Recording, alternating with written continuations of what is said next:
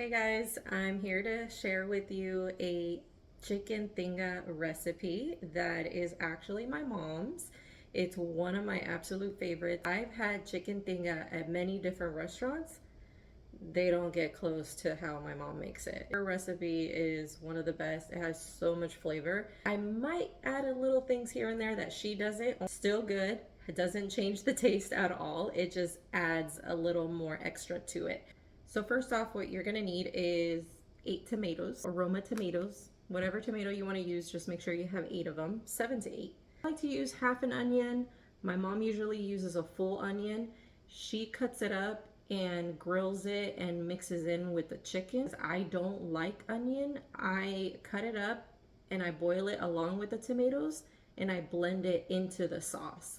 So I still have the benefits of the onion, all the nutrients of the onion, I just don't taste it. So it's a little bit better.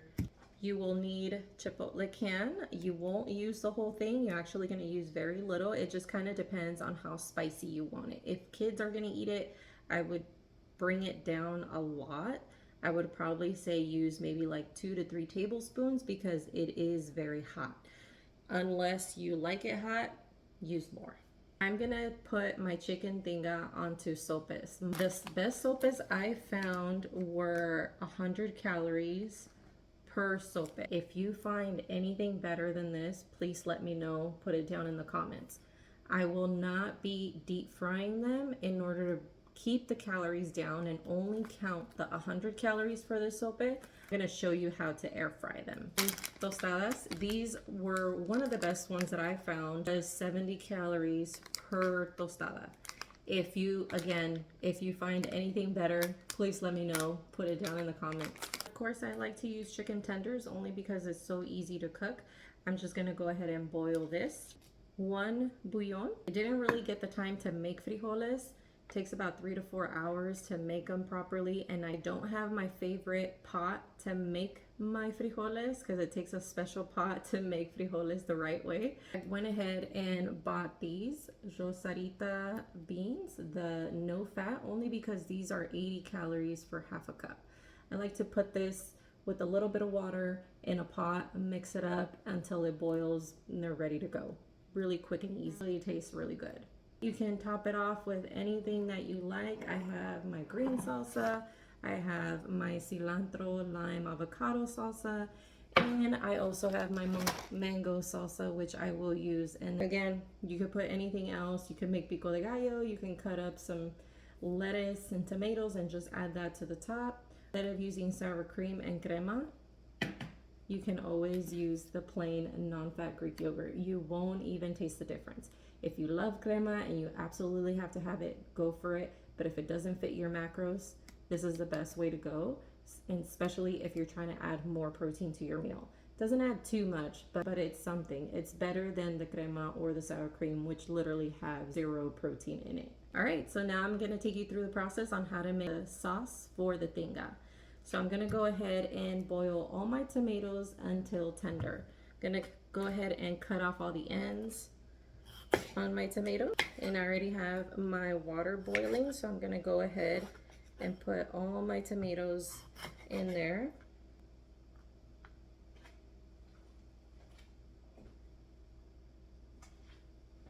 And I'm gonna go ahead and put the onion in there. This is the part that I'm gonna try my best to explain on how to weigh your chicken, because here I'm not making it just for myself. I'm actually making it for the family. The easiest way is take the amount of chicken that you want to use for yourself, weigh that, and boil it separately.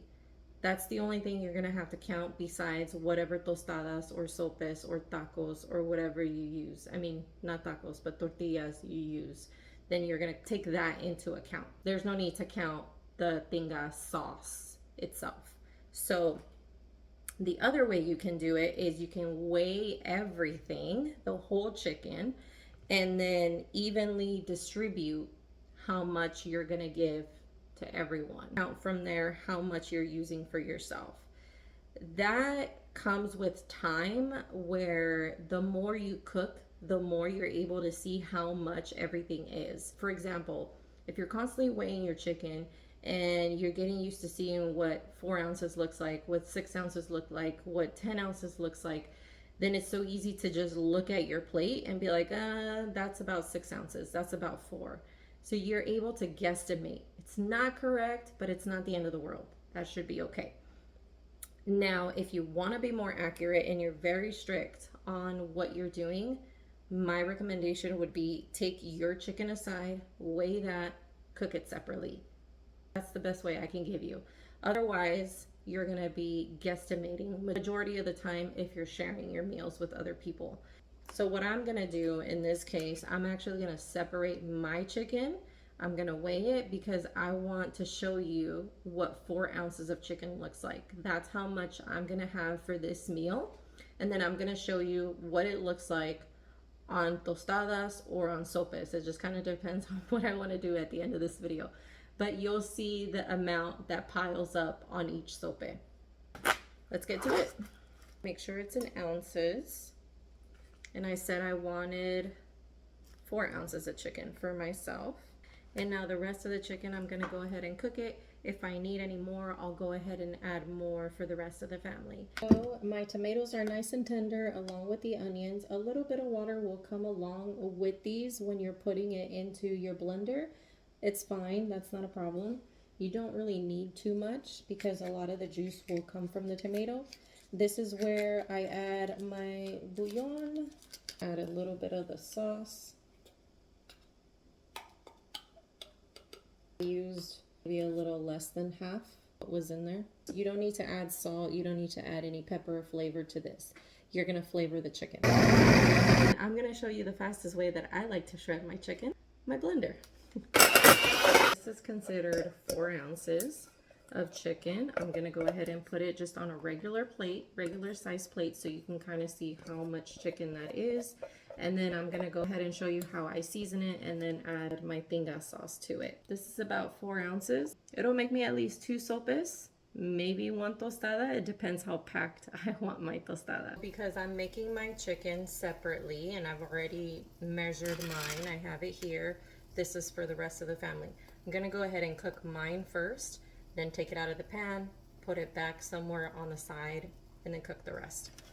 So one of the ways to keep the calories down is by not using any oil. I go ahead and use some cooking spray. Chicken in there. I'm gonna go ahead and season my chicken with some pollo asado. Kind of what it should look like when you're seasoning. You don't have to cook it for too long. The chicken is already cooked. And add a little bit of the salsa. The amount of salsa that you use just kind of depends on you and how saucy you like your chicken. I like mine pretty juicy, so I am a little generous when it comes to my sauce. And I go ahead and set it aside.